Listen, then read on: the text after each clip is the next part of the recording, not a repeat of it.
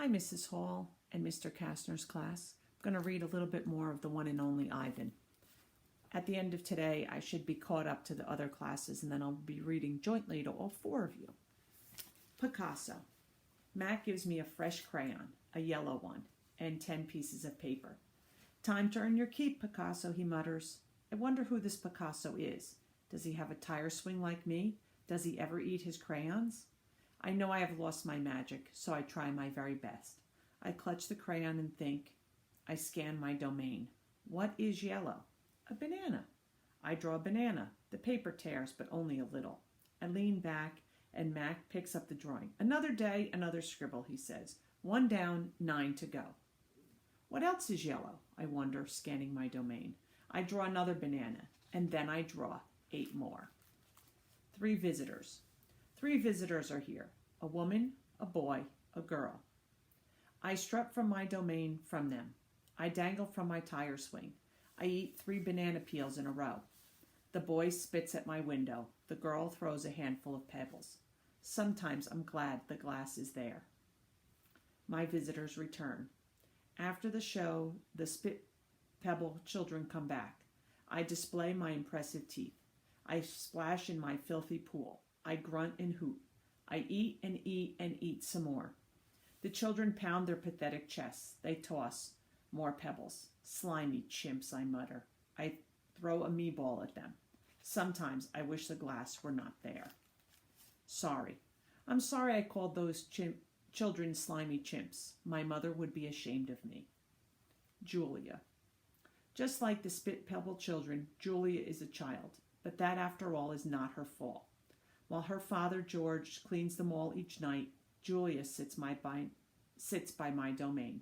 She could sit anywhere she wants, by the carousel, in the empty food court, on the bleachers coated in sawdust. But I am not bragging when I say she always chooses to sit with me. I think that's because we're both love to draw. Sarah, Julia's mother, used to help clean them all, but when she got sick and grew pale and stooped, Sarah stopped coming. Every night, Julia offers to help George, and every night he says firmly, "Homework, Julia. The floors will just get dirty again." Homework, I have discovered, involves a sharp pencil and thick books and a big sigh. I enjoy chewing pencils. I am sure I would excel at homework. Sometimes Julia dozes off, and sometimes she reads her books, but mostly she draws pictures and talks about her day. I don't know why people talk to me, but they often do. Perhaps it's because they think I can't understand them, or perhaps it's because I can't talk back. Julia likes science and art. She doesn't like Lila Burpee, who teases her because her clothes are too old, and she doesn't like Deshaun Williams, who teases her too, but in a nice way, and she would like to be a famous artist when she grows up. Sometimes Julia draws me. I'm an elegant fellow in her pictures, with my silver black gleaming like moon on moss. I never look angry, the way I do on the fading billboard by the highway. I always look a little bit sad, though. Drawing Bob. I love Julia's pictures of Bob.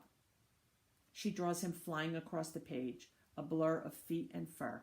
She draws him motionless, peeking out from behind a trash can or the soft hill of my belly. Sometimes in her drawings, Julia gives Bob wings or a lion's mane. Once she gave him a tortoiseshell. But the best thing she ever gave him wasn't a drawing. Julia gave Bob his name. For a long time, no one knew what to call Bob. Now and then a mall worker would try to approach him with the tidbit. "Here, doggy," they'd call, holding out a French fry. "Come on, Pooch," they'd say. "How about a little bit of sandwich?" But he would always vanish into the shadows before anyone could get too close. One afternoon, Julia decided to draw the little dog curled up in the corner of my domain. First, she watched him for a long time, chewing on her thumbnail. I could tell she was looking at him the way an artist looks at the world when she's trying to understand it. Finally, she grabbed her pencil and set to work. When she was finished, she held up the page. There he was, the tiny, big-eared dog. He was smart and cunning, but his gaze was wistful. Under the picture were 3 bold, confident marks, circled in black. I'm pretty certain it was a word, even though I couldn't read it. Julia's father peered over her shoulder. "That's him exactly," he said, nodding. He pointed to the circle marks. "I didn't realize his name was Bob," he said.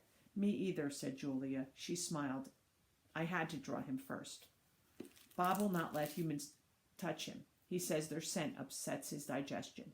But every now and then I see him sitting at Julia's feet. Her fingers move gently, just right behind his right ear.